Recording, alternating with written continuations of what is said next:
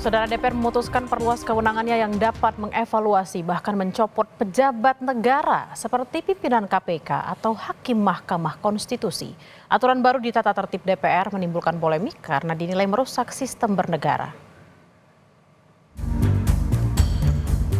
DPR memutuskan memperluas kewenangannya sehingga dapat mengevaluasi bahkan mencopot pejabat negara seperti pimpinan KPK atau Hakim Mahkamah Konstitusi. Sikap DPR tersebut menjadi polemik karena dipandang bisa mengacaukan sistem ketatanegaraan.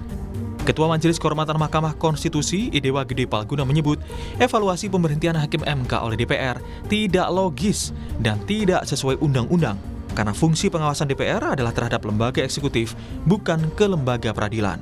Misalnya kasus pemberhentian Hakim Konstitusi, itu ada dua macam pemberhentian. Dan itu harus lewat undang-undang pemberhentiannya. Di Undang-Undang Mahkamah Konstitusi itu ditegaskan misalnya pemberhentian Hakim Konstitusi itu ada dua macam. Ada pemberhentian dengan hormat, ada pemberhentian tidak dengan hormat. Masing-masing ada alasannya. Kalau memenuhi syarat begini. Nggak ada, memang tidak logis dan tidak boleh. Masa ada syarat pemberhentian Hakim Konstitusi karena rekomendasi dari DPR? Dari mana ceritanya itu gitu loh. Sementara Komisi Pemberantasan Korupsi (KPK) belum mau merespon lebih jauh soal peraturan baru tata tertib DPR.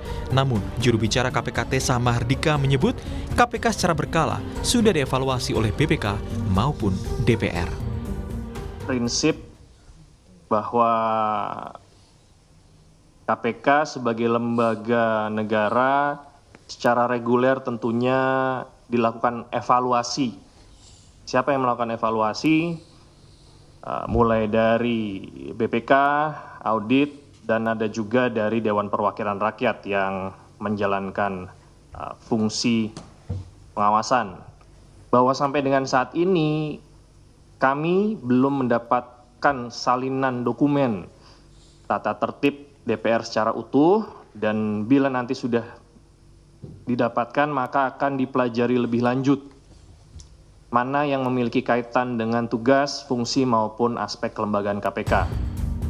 Dalam revisi tata tertib, DPR menyelipkan ketentuan baru di pasal 228A. Di ayat 1 tertulis, dalam rangka meningkatkan fungsi pengawasan dan menjaga kehormatan DPR terhadap hasil pembahasan komisi, sebagaimana yang dimaksud pasal 227 ayat 2, DPR dapat melakukan evaluasi secara berkala terhadap calon yang telah ditetapkan dalam rapat paripurna DPR.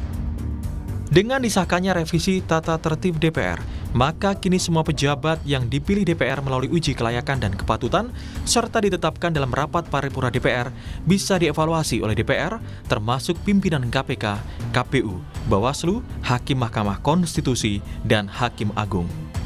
Wakil Ketua DPR Sufmi Dasko Ahmad menyebut tatib baru DPR yang dapat mengevaluasi pimpinan lembaga yang ditetapkan rapat paripurna DPR merupakan penegasan fungsi pengawasan. Dia mencontohkan, seandainya pimpinan lembaga sakit-sakitan, maka DPR bisa melakukan evaluasi soal kinerjanya. Ya, saya pikir kan itu cuma penegasan saja dari fungsi pengawasan yang selama ini sudah ada. Bahwa pengawasan yang dilakukan oleh DPR terhadap mitra-mitranya itu juga sudah berjalan. Nah, namun kita tegaskan lagi bahwa dalam keadaan tertentu hasil fit and proper yang sudah dilakukan oleh DPR bisa kemudian dilakukan evaluasi secara berkala untuk kepentingan umum justru. Yang kita lihat misalnya ada satu lembaga yang pensiun misalnya umurnya sampai 70 tahun. Nah, dan dia di situ sudah menjabat selama 25 tahun. Dan sekarang kondisinya misalnya sakit-sakitan. Nah, ini kan kemudian kita harus lakukan fit and proper apakah yang bersangkutan itu masih dapat menjalankan tugasnya dengan baik. Nah, kalau tidak kan kita harus kemudian lakukan mekanisme agar yang bersangkutan dapat digantikan oleh yang lebih layak. Saat ini DPR terlibat dalam pemilihan 1.787 pejabat di 36 lembaga dan komisi negara. Namun, aturan baru DPR diharapkan tidak mengganggu independensi pejabat. Tim Liputan, Kompas TV.